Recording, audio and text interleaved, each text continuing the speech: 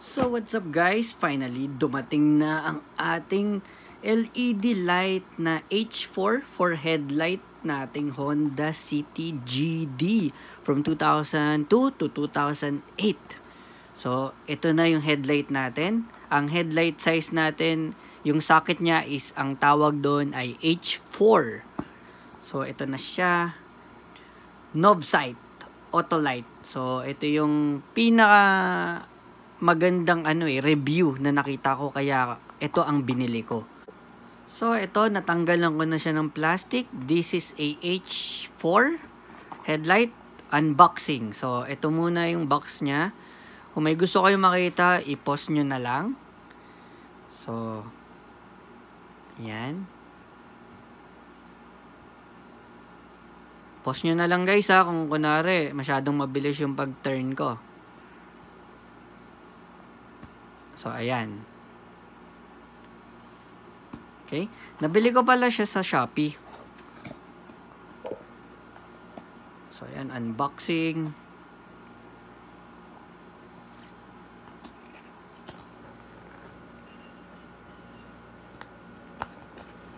Ganun pala.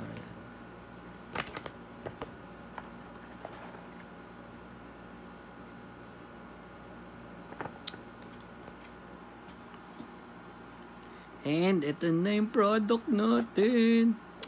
Ayan siya.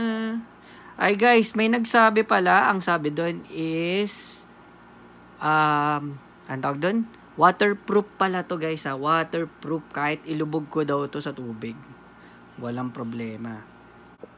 So sigurado ako sa inyo may magtatanong, paano ipapasok dito yung headlight boots, which is yung rubber na nagpre-prevent na makapasok yung mga alikabok sa loob ng headlights. So guys, ang gagawin doon is natatanggal to. Ayan guys. So ito, ikakabit niyo yun doon sa may headlight natin.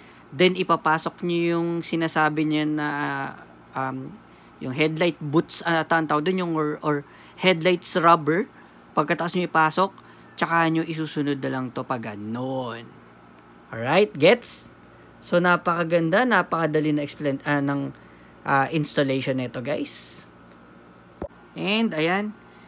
Kung hawakan ko yung base, naiikot dito. So, ayan, naiikot siya.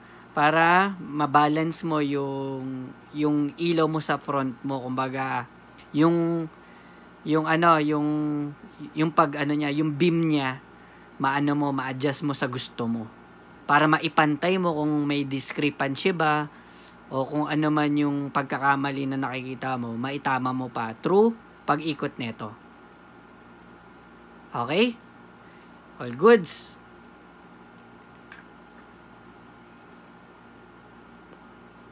Parang actually parang premium na premium to So ayun nga guys, unbox tayo. Yan yung una.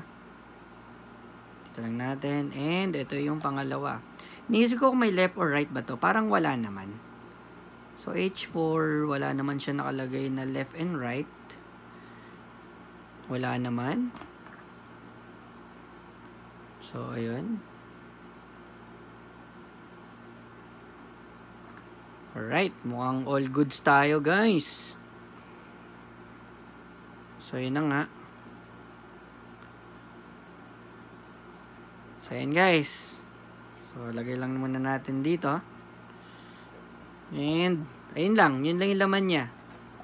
Actually, ang sabi is plug and play lang to, pero hindi kasama sa video na to ang pag-install, kung ano lang to. Unboxing lang talaga. So, ito yung makikita mo. Ayan lang.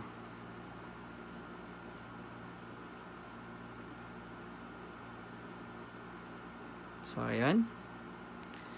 So, dito nagtatapos ang video na to. Thank you for watching and see you in my next video, guys.